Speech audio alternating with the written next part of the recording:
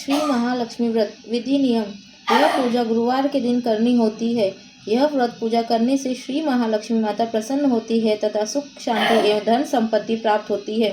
यह व्रत करने वाले स्त्री तथा पुरुष दोनों मन से स्वच्छ एवं आनंदमय होने चाहिए। इस व्रत को किसी भी महीने के शुद्ध पक्ष के प्रथम गुरुवार से शुरू कर सकते हैं। विधि नियम अनुसार हर गुरुवार को श्री महालक्ष्मी व्रत करें।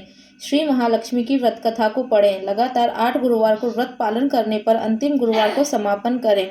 वैसे यह व्रत पूजा पूरे वर्ष भर भी कर सकते हैं। पूरे वर्ष भर अगर गुरुवार को देवी के प्रतिमा या फोटो के सामने बैठकर व्रत कथा को पढ़ें।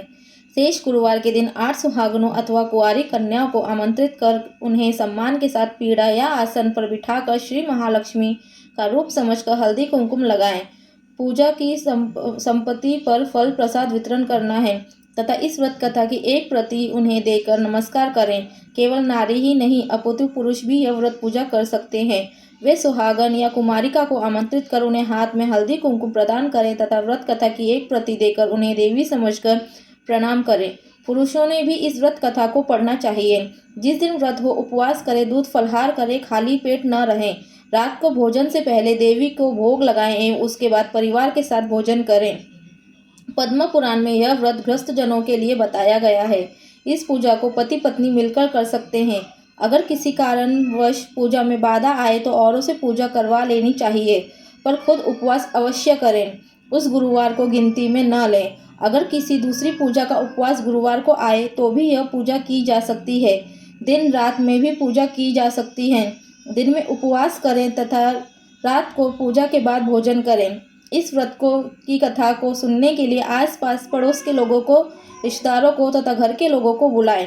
व्रत कथा को पढ़ते समय शांति एवं एकाग्रता बरतें।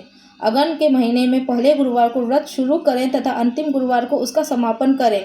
अगर माह में 5 गुरुवार आए तो 5 गुरुवार को भी पूजा करें। श्री महालक्ष्मी देवी की स्थापना, विसर्जन तथा पूजा विधि। इस पूजा को करने के लिए किसी ब्राह्मण पुरोहित की आवश्यकता नहीं है। हर कोई अपनी भक्ति से पूजा कर सकते हैं। देवी की प्रतिमा या फोटो की पूर्व की दिशा में मुंह करके या उत्तर की दिशा में मुंह करके स्थापना करनी चाहिए। घर को गोबर से लेपें या फिर गीले कपड़े से पोंछें। इसके बाद देवी के सामने ऊंचे पीढ़े पर या छोटे मेज पर बीच में थोड़े चावल या फिर गेहूं रखें। इसके बाद एक साफ सुथरे तांबे के लोटे को पानी से भरकर चावल पर रखें। पानी में सुपारी, कुछ पैसे और धूप डालें। ऊपर से लोटों में चारों तरफ 5 तरह के पेड़ के 5 पत्ते डालकर बीचों बीच एक नारियल रखें। लोटे पर हल्दी कुमकुम लगाएं। इस व्रत कथा की पुस्तक में जो फोटो है उसे सामने रखें तथा प्रारंभ करें।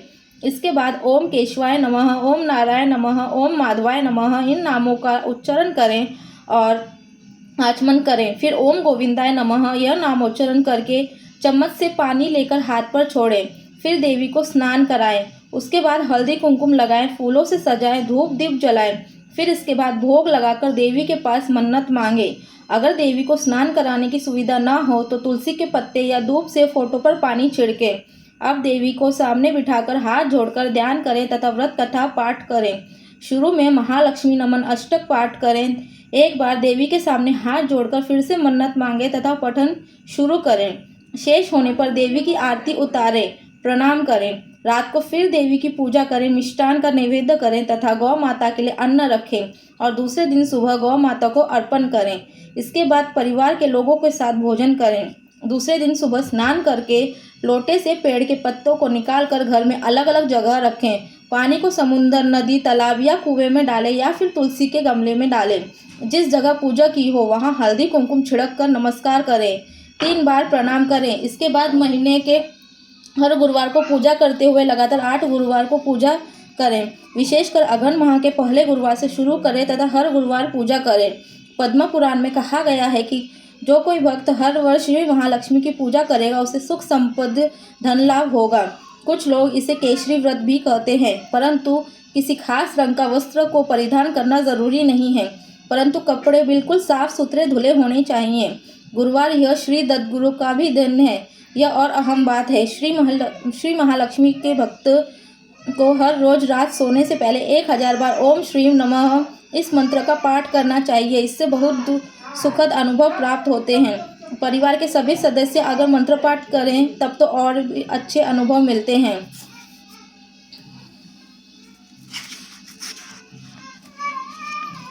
श्री महालक्ष्मी की व्रत कथा, गुरुवार की कथा। आइए भक्तजनों, ध्यान से सुने श्री महालक्ष्मी की व्रत कथा, गुरुवार की व्रत कथा।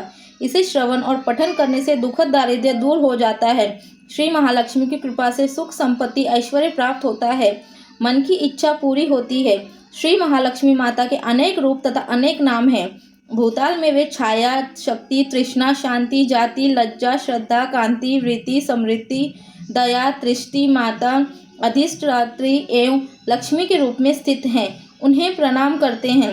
कैलाश पर्वत पर पार्वती, श्री समुद्र में सिंधु कन्या, स्वर्गलोक में महालक्ष्मी, भूलोक में लक्ष्मी, ब्रह्मलोक में सावित्री, ग्वालों में राधिका, वृंदावन में रासेश्वरी, चंदावन में चंद्रा, चंपक वन में गिरिजा, पद्मावन में पद्मा, मालती वन में मालती, कुंदम वन में कुंदती, केतकी वन में सुशीला, कंदम वन में कंदम माला, राजप्रसाद में राजलक्ष्मी, घर घर में गृहलक्ष्मी इन विभिन्न नामों से पहचानी जाती हैं।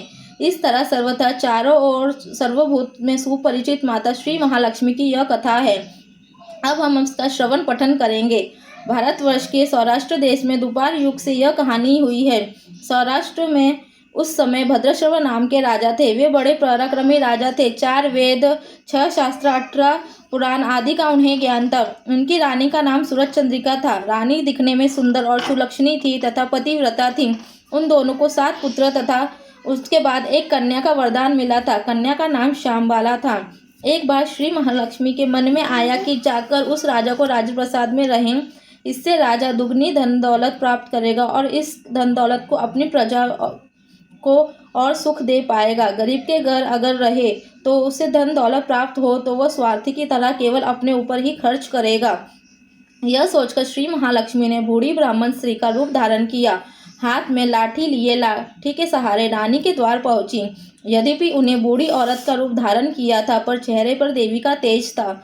उन्हें देखते ही एक दासी सामने आई। उनका नाम, धाम, काम, धर्म सब पूछ डाला।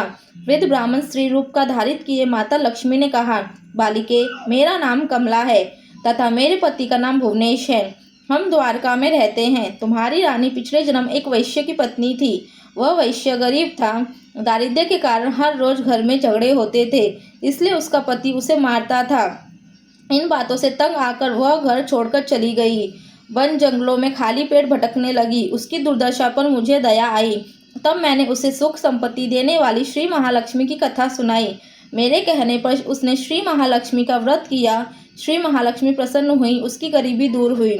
उसका घर संसार, धन दौलत, संपत्ति से भर गया। बाद में पति पत्नी दोनों परलोक से धारे। लक्ष्मी व्रत करने के कारण लक्ष्मी लोक में रहे। जितने साल लक्ष्मी व्रत किया उतने हजारों साल उन्हें सुख भोग मिला। इस जन्म में उनका राजघराने में जन्म हुआ है, परंतु वह श्री महालक्ष्मी का व्रत रखना भूल गई हैं। उसे ये याद दिलाने मैं यहाँ आई हूँ। बुढ़िया की बातें सुनकर दासी ने उसे प्रणाम किया। श्री महालक्ष्मी के व्रत किस तरह किया जाए इस बारे में पूछा। बुढ़िया का रूप धारण किए श्री महालक्ष्मी माता ने दासी को पूजा की विधि तथा महिमा बताई। इसके बाद वह दासी माता को प्रणाम कर रानी को बताने अंदर चली गई। राजवैभव में रहते हुए रानी को अपने ऐश्वर्य का बहुत घमंड हुआ था। संपत्ति तथा अधिकार की वजह से वह उन्मत्त हो गई। दासी द्वारा बताई गई बुढ़िया की बातें सुनकर वह आग बबूला होकर राजद्वार पर आकर बुढ़िया रूपी श्री महालक्ष्मी पर बरस पड़ी। उसे यह मालूम नहीं था कि श्री महालक्ष्मी माता बुढ़िया का रूप धारण किए उसके द्वार तक आई हैं, परंतु रानी का इस कदर रूखा बर्ताव तथा अपना अनादर देख माता ने वहां ठहरना ठीक न समझा। वे वहां से चल पड़ी। राह में उन्हें राजकुमारी श्यामबाला मिली। उन्होंने श्यामबाला को सारी बातें बताई। श्यामबाला ने अपनी ओर से श्री महालक्ष्मी माता से क्षमा मांगी। माता को उस पर दया आई। उन्होंने श्यामबाला को श्री महालक्ष्मी व्रत के बारे में बताया। उस दिन अगहन माह का प्रथम गुरुवार था। श्यामबाला ने परम श्रद्धा से श्री महालक्ष्मी का व्रत रखा। फलस्वरूप राजा सिद्धेश्वर के पुत्र मालाधर से उनका विवाह हुआ। वह धन दौलत, ऐश्वर्य, वैभव से मालामाल हो गई। पति के साथ ससुराल में आनंदमय जीवन बिताने लगी।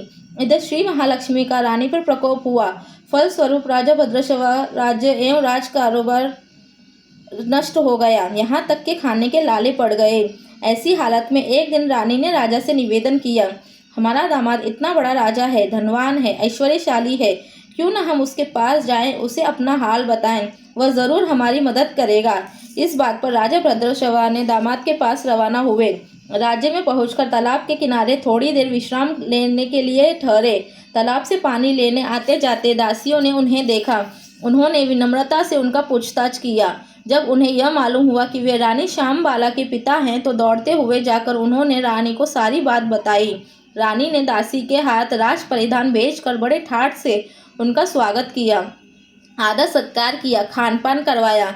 जब वे लौटने लगे तो सोने की मोहरों से भरे घड़े दिए। राजा भद्रशवा जब वापस लौटे तो उन्हें देखकर रानी सूरज चंद्रिका खुश हुई। उन्होंने सोने की मोहरों से भरे घड़े का मुंह खोला, पर हाय भगवान, घड़े में धन के बदले कोयले मिले। यह सब श्री महालक्ष्मी का प्रकोप से हुआ। इस प्रकार दुर्दशा में कई और दिन बीते। इस बार रानी स्वयं अपनी कन्या के पास गई। वह दिन अगन माह का अंतिम गुरुवार था। श्यामबाला ने श्री महालक्ष्मी का व्रत किया, पूजा की, अपने माता से भी व्रत करवाया। इसके बाद रानी अपने घर आई। श्री महालक्ष्मी का व्रत रखने पर उसे फिर से अपना राजपाट, धन दौलत, ऐश्वर्य प्राप्त हुआ। वह फिर से सुख शांति आनंदमय जीवन बिताने लगी। कुछ दिन बाद राजकन्या श्यामबाला अपने पिता के घर आई। उसे अपने घर देखकर सूरज चंद्रिका को पुरानी बात याद आई, यही कि श्यामबाला ने अपने पिता को घड़ा भरकर कोयला दिया था और उसे तो कुछ भी नहीं दिया था।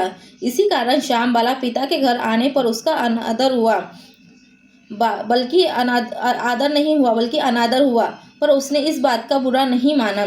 अपने घर लौटते समय उसने पिता के घर से थोड़ा नमक ले लिया। अपने घर लौटने पर उसके पति ने पूछा, अपने मायके से क्या लाई हो? इस पर उसने जवाब दिया, वहाँ का सार लाई हूँ। पति ने पूछा, इसका मतलब क्या हुआ? श्यामबाला ने कहा, थोड़ा धीरज रखिए, सब मालूम हो जाएगा। उस दिन श्यामबाला ने सारा भोजन नमक डाले बिना बनाया और परोसा। पति ने खाना चखा। सारा खाना नमक बिना था, इसलिए स्वाद न आया। फिर श्यामबाला ने थाली में नमक डाला, इससे सारा भोजन स्वादिष्ट लगने लगा। तब श्यामबाला ने पति से कहा, यही है वो मायके से लाया हुआ सार। पति को उसकी बात सही लगी। फिर वे दोनों हंसी मजाक करते हुए भोजन करने लगे। कहा गया है कि इस तरह जो कोई श्रद्धा भाव से श्री महालक्ष्मी की पूजा करे उसे माता की कृपा प्राप्त होती है, सुख संपत्ति शांति प्राप्त होती है, सभी मनोकामनाएं पूरी होती हैं। परंतु यह सब प्राप्त होने पर माता की पूजा को भूलना नहीं चाहिए। हर गुरुवार को व्रत पाठ अवश्य करना चाहिए। इस तरह श्री महालक्ष्मी की महिमा भक्तों की मनोकामना पूरी करती हैं। श्री महालक्ष्मी की गुरुवार की कथा संपूर्ण होती है। ओम श्री महालक्ष्मी देवय नमः। ओम ह्रीं श्री महालक्ष्मी भ्यो नमः। ओम शांति शांति शांति। श्री महालक्ष्मी देवता पणमुस्तु नमः।